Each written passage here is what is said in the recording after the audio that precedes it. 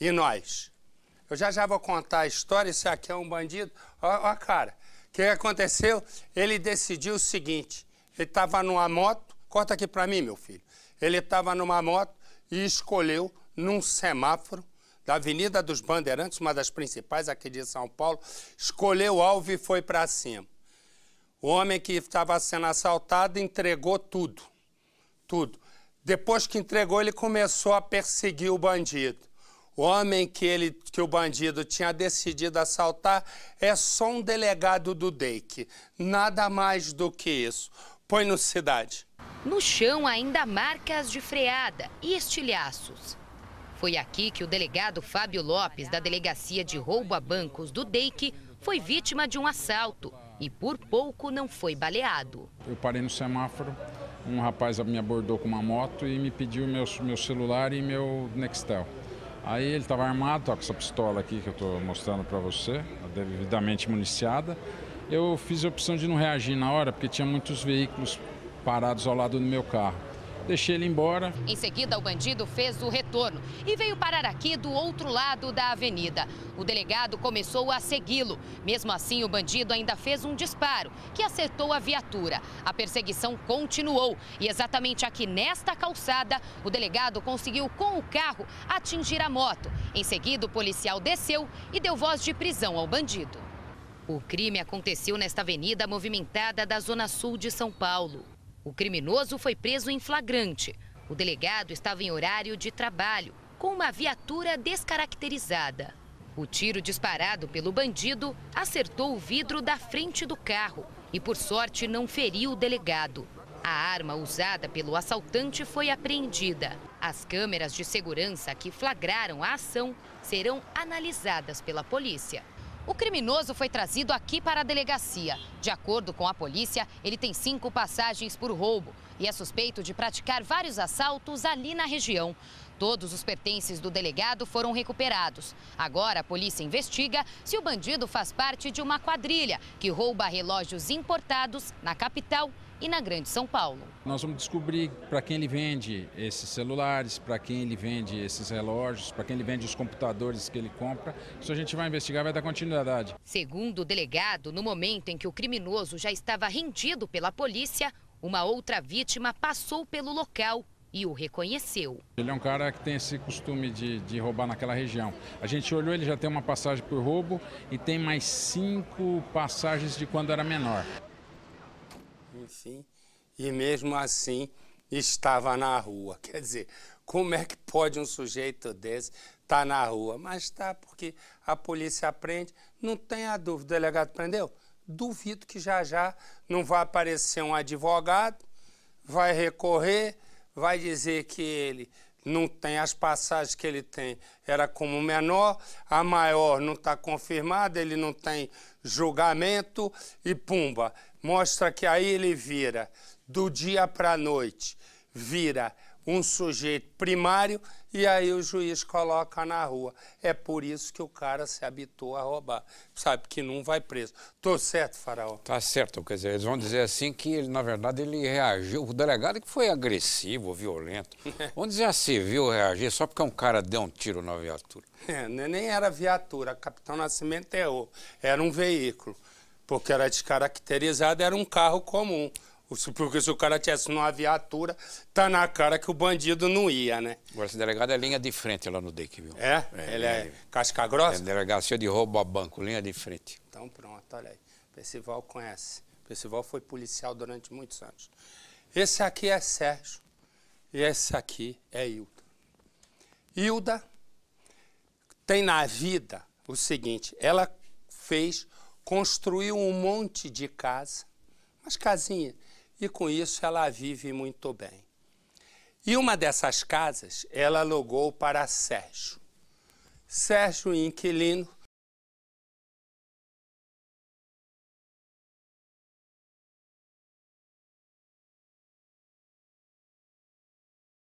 a PEC AIA. Mas num determinado momento, eles estavam batendo o recorde mundial de Sapec AIA. Só que aconteceu uma coisa.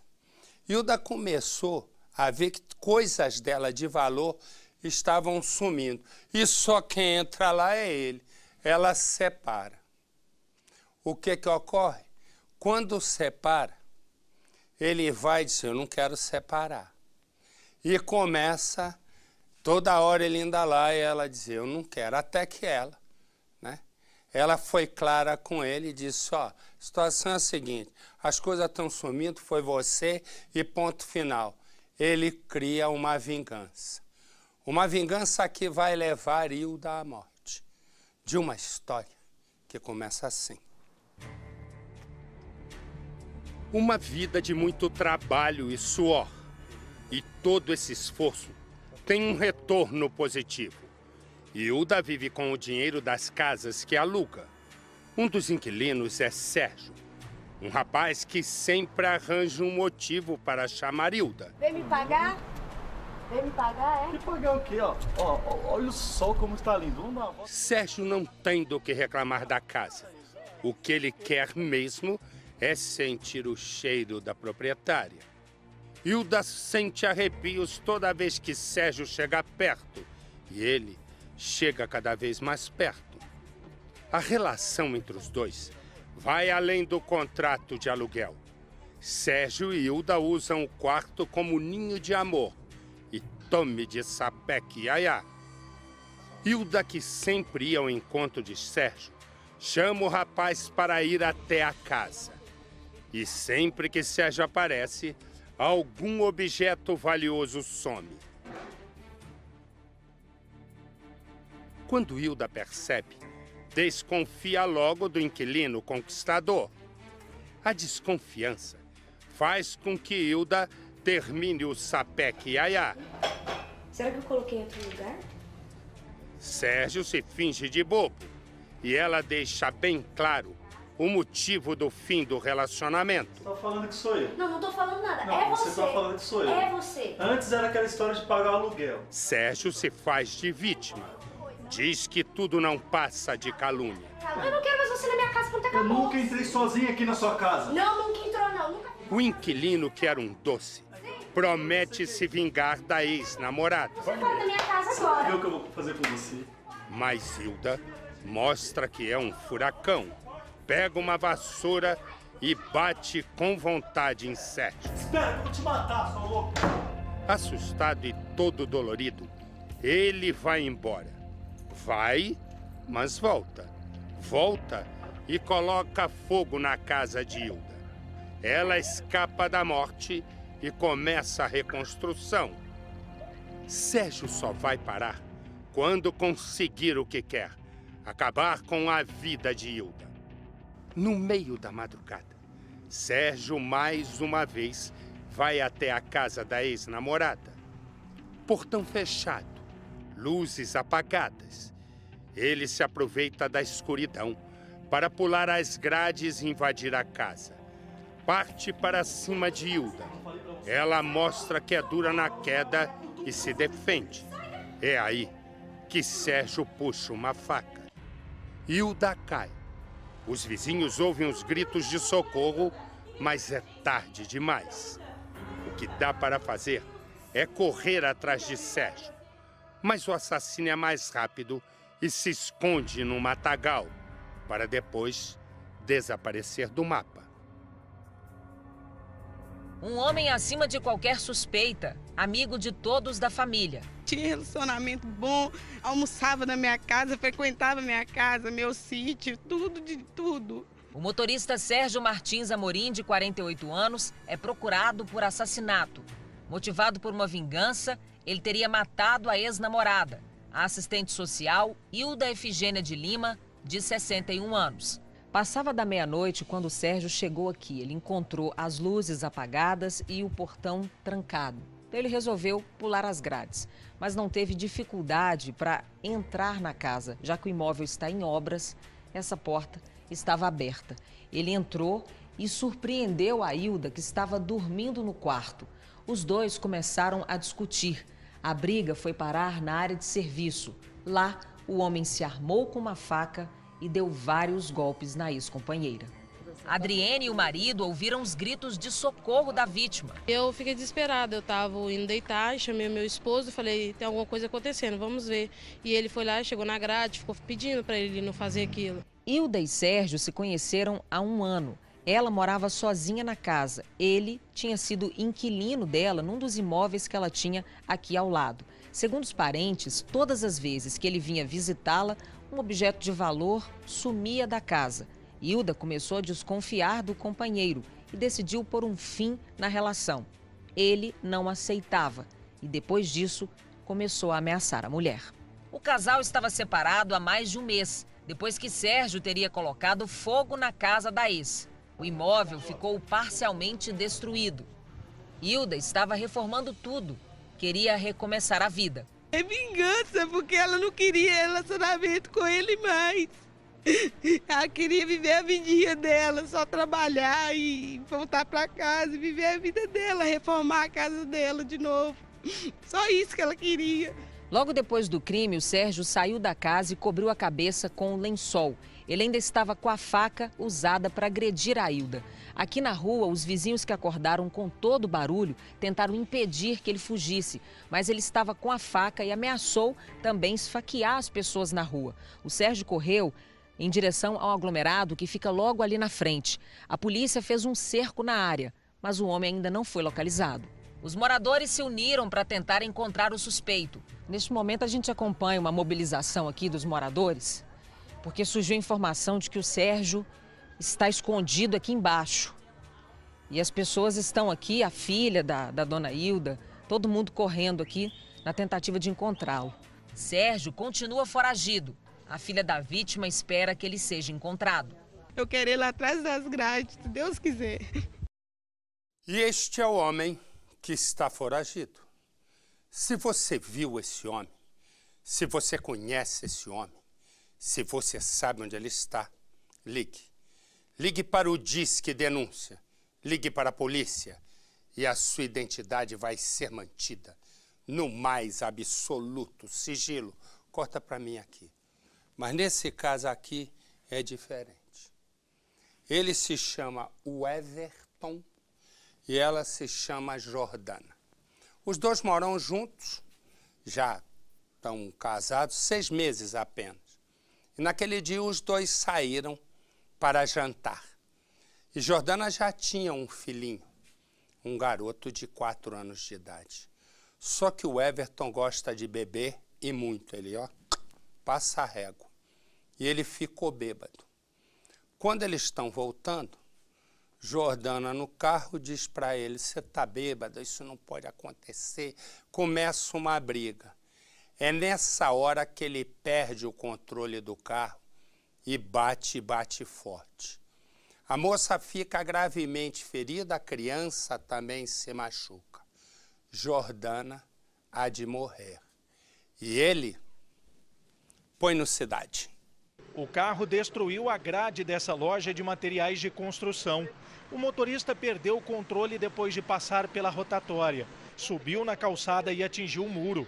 Com o impacto da batida, Jordana dos Santos Cabral, de 22 anos, que estava no banco do passageiro, desmaiou. O namorado dela, que dirigia o carro, fez uma manobra para fugir do local. A vendedora, desacordada e com a cabeça para fora do veículo, atingiu a parede. O filho dela, de 4 anos, que estava no banco de trás, também sofreu ferimentos no rosto e na cabeça. E depois do acidente, o motorista saiu do local onde aconteceu a batida com a mulher ferida e com a criança também com ferimentos na testa. Ele veio até a casa onde o casal morava, que é essa casa aqui a gente está observando. Ele colocou o carro na garagem, mesmo com uma das rodas do veículo estourada. Ele veio com o veículo até o local. Aqui dá para a gente observar que depois ele tirou a Jordana do veículo e colocou aqui, nesse local. Existem, inclusive, algumas toalhas, camisas com marcas de sangue que foram usadas aí para tentar conter a hemorragia dessa jovem de 22 anos que acabou morrendo devido a esse acidente. Vizinhos e moradores, sem saber o que estava acontecendo, ainda ajudaram a socorrê-la. ajudaram até a fazer massagem, colocaram, você pode observar, toalha no chão, foram onde para ver se estancava o sangue. Mas até no entanto, ninguém não estava sabendo o que estava acontecendo. A criança no banco de trás, ferida, e o garoto, o vizinho que correu com ela para o hospital para ser medicada e aguardou lá com a criança, tomando conta até a chegada da polícia. A jovem foi levada pelo SAMU, mas chegou ao hospital sem vida. A criança foi medicada e liberada. Testemunhas disseram que o motorista e a passageira não usavam cinto de segurança e o menino não estava na cadeirinha. Segundo familiares, o casal e o menino passaram a noite em uma lanchonete e discutiam dentro do carro ao voltar para casa quando o motorista perdeu o controle da direção. O exame do bafômetro confirmou que o Everton Macena de Lima, de 22 anos, estava embriagado. O rapaz foi preso e levado ao centro de detenção provisória. Ele vai responder por homicídio culposo, quando não há intenção de matar. Jordana e o Everton moravam juntos há 6 meses com o filho dela. A jovem trabalhava como vendedora em uma loja de calçados em um shopping. A jovem, que tinha só 22 anos, deixou o filho de 4 anos. Nessas fotos, a mãe demonstrava o amor pelo garoto. No colo do pai, Vitor acompanhou o velório do lado de fora. A criança estava no carro na hora do acidente. Por causa do impacto, Vitor cortou a cabeça. Depois de ser colocado na calçada pelo namorado da própria mãe, o garoto foi levado ao hospital por este adolescente. Peguei no colo, o sogro do meu irmão chegou de carro, falou, eu levo ele, só que eu não posso ficar lá. Aí eu cheguei, coloquei ele no carro, chegou lá, eles perguntando se eu tinha documentos, se eu sabia quem que era familiar. Eu falei, não sei de nada, eu só sei que ele está machucado, ele precisa de socorro e eu não tenho nada dele. O namoro de mais de 6 meses de Jordana com Everton foi anunciado em uma rede social. Franciele era amiga e confidente da jovem. Segundo ela, Jordana nunca reclamou do namorado. Ela amava ele demais. Ela falava que ia casar, que amava ele, os dois aparentemente não tinha nada. Era super casal nota 100. Eu vou dizer uma coisa que eu não consigo acreditar. Se uma pessoa está num volante e bebe, ele sabe que ele pode matar alguém. E se ele mata esse alguém, eu não consigo entender por que alguns delegados colocam como esse homicídio culposo, quando não há intenção de matar. Eu acredito que quem bebe a esse ponto, assume um volante e mata, ele tem plena consciência de que pode matar. Ele não tem consciência de que não pode dirigir, porque até então ele sabe exatamente o que pode acontecer. Portanto, eu não consigo entender porque, em todos os casos, não são homicídio doloso. Não é, Faraó?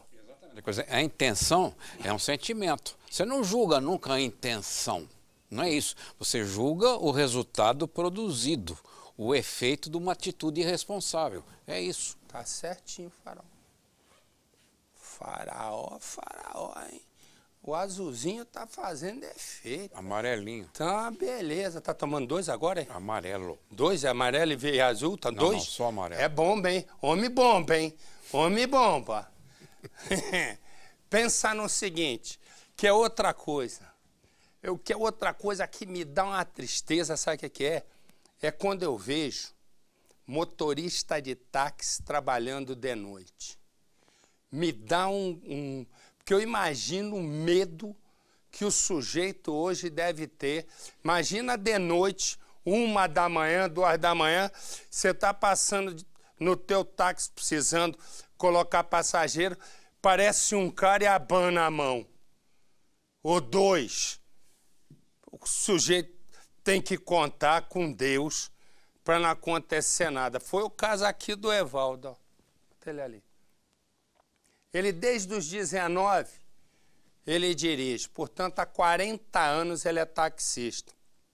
Ele é tão ligado no negócio e gosta tanto que o filho dele também virou taxista.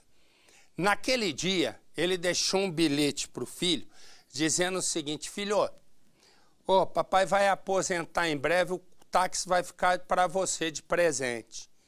E Tudo bem, o filho trabalhava de dia no carro e ele à noite. E ele à noite, que ele gostava mais, porque não tinha trânsito, ele saiu para trabalhar, para não voltar. 2 caras chegaram, ele se assustou, freou, os 2 bandidos pensaram que ele ia reagir, acabaram com a vida do homem. Põe no Cidade. Na tristeza do silêncio, vieram as palmas. E as lembranças do homem que passou a vida trabalhando e cuidando da família. Durante o enterro, a família falou de seu Evaldo de Oliveira, taxista, 59 anos. Profissão que dona Edmeia não tinha medo. Não, nunca. Sempre saía de casa e tem que voltar, né? Tem que voltar, né? Voltava. Saiu na terça-feira, estou esperando até agora ele voltar. O filho, Rafael, já dividia o táxi com o pai. De dia, o jovem. Na madrugada, o pai trabalhava. Rafael foi o último a ver seu Evaldo com vida saindo de casa. Entreguei um dinheiro para ele estava descendo, ia falar dos meus estudos, que eu ia começar um curso. E falei para ele que, ei pai, amanhã eu lavo o carro pro senhor. Ele, não, tá bom, tchau Bel, me chamava assim, eu falei, tchau pai. Aí saiu e... O taxista freou na hora, só que teria puxado o freio de mão do carro. Foi o que bastou para que um dos bandidos disparasse de novo. Desta vez, o tiro atingiu a cabeça de seu Evaldo. Ele ainda foi socorrido, mas não resistiu. No carro, a marca que ficou bem na porta. Nada foi roubado. A dupla de assaltantes conseguiu fugir. Ele saiu para trabalhar como todos os dias dele. E saiu, como a gente pensou que ele ia voltar, não voltou. Mataram meu pai, só isso. A família contou que seu Evaldo já havia sido assaltado várias vezes. Chegou a voltar para casa sem o táxi. Nunca reagiu. Todos os crimes aconteceram em bairros distantes durante a madrugada, horário que ele sempre trabalhou. Desta vez, foi às 8 horas da noite, bem ao lado da casa dele. Violência que sempre foi uma preocupação para o taxista. O mundo hoje em dia está muito violento, tinha medo, tanto que esse meu filho aqui que está trabalhando nessa profissão, quando ele demora meia hora ele já ligava. Os colegas também vieram para a despedida de seu Evaldo. Muitos o conheciam do mesmo ponto, no Itaim Bibi, área nobre da Zona Sul de São Paulo. A falta de segurança é o pior da profissão, segundo eles. A violência está muito grande contra os taxistas. Todos que vão assaltar agora já matam sem motivo nenhum, entendeu? Se não tiver dinheiro, eles matam, entendeu? Então tá difícil trabalhar. Seu Evaldo queria se aposentar depois de 40 anos pelas ruas da cidade. No dia da morte, deixou um bilhete para o filho. Disse que o táxi agora era dele. Seu Evaldo queria descansar. Agora que a gente ia começar a viver, passear, veio uma pessoa que sem coração nenhum e tirar a vida dele, ceifou a vida dele. A gente fica de mão atadas, porque agora a gente volta para casa, né, sem um pai, a minha mãe que viveu com ele a vida inteira dela, sem o marido dela, né, e esses 2 que matou ele vai estar, se hoje não matou mais alguém, né, amanhã vai matar mais alguém, mais família sofrendo e fica por isso. E fica exatamente por isso. Não muda absolutamente nada, até porque eu disse ontem aqui, não sei se você ouviu, mas se não ouviu, vou repetir. A cada 100 assassinatos, só em 8 a polícia chega ao assassino. E desses 8, metade no máximo acaba essa metade condenada. Portanto, matar no Brasil tem um sinônimo de que você mata e não vai preso. A possibilidade de você ser preso é muito pequena. É mais ou menos como acertar na loteria. A possibilidade é ínfima. Então, os caras matam e ficam por isso mesmo. E mais, às vezes o sujeito é preso por aquele assassinato e tem um monte nas costas que a polícia também não consegue descobrir. Falar em polícia, um PM estava participando de uma blitz, quando de repente um taxista passou batido pela blitz. O PM pegou a moto, né, a moto da polícia militar, né, e foi atrás do cara que furou o bloqueio. Quando o carro do táxi chega na empresa para estacionar, o motorista, né, percebe que o PM está, tenta dar marcha ré. O PM foi e atirou. Feriu o motorista, feriu a passageira, o PM foi preso, mas já está solto. Põe no Cidade. O policial da equipe de trânsito da PM ficou mais de 20 horas detido no batalhão antes de ser solto. Ele atirou contra um veículo que furou um bloqueio de fiscalização na área leste de Bauru e fugiu. Os policiais acompanharam o carro por 2 quilômetros. O motorista só parou em frente ao portão de uma empresa. Pela segunda vez tentou fugir. O policial disparou e um único tiro atingiu o carro, uma adolescente de 17 anos que estava no banco traseiro e um motorista de 22 anos. Esse condutor do veículo deu uma ré, que foi em direção ao policial. Em seguida houve uma situação de um disparo, que está sendo apurado devidamente pelo inquérito policial militar. O delegado que atendeu a ocorrência teve acesso a imagens de câmeras de monitoramento que mostram o carro chegando no portão da empresa e, na sequência, as motos com os policiais. O motorista tenta pela segunda vez fugir da abordagem. Neste momento, o policial desce da motocicleta e atira. O condutor do veículo alegou que não obedeceu a ordem de parada porque não tem habilitação. Ele disse que estava indo para a empresa, a região do Núcleo Gasparini, onde trabalha como vigia, junto com um adolescente e um amigo, que estavam no banco do passageiro e desceu assim que eles pararam no portão. O boletim de ocorrência foi registrado como lesão corporal grave, crime que não prevê fiança. O policial foi liberado após um alvará de soltura. No entendimento do judiciário, ainda é preciso avançar nas investigações para saber se o policial agiu em legítima defesa. As lesões sofridas pelas vítimas podem ainda ser alteradas para gravíssimas. A adolescente pode perder um dedo da mão direita e o motorista do carro passou por cirurgia, pois a perfuração da bala provocou uma fratura na bacia. Os envolvidos vão ser ouvidos nos próximos dias e os laudos periciais devem auxiliar na investigação. Agora nós vamos aguardar os laudos periciais, né, da arma e lesão corporal das vítimas, onde o médico legista irá definir a natureza das lesões, se são graves ou se são gravíssimas, que aí a pena muda, né? Uma investigação interna da PM também vai apurar a ação do policial.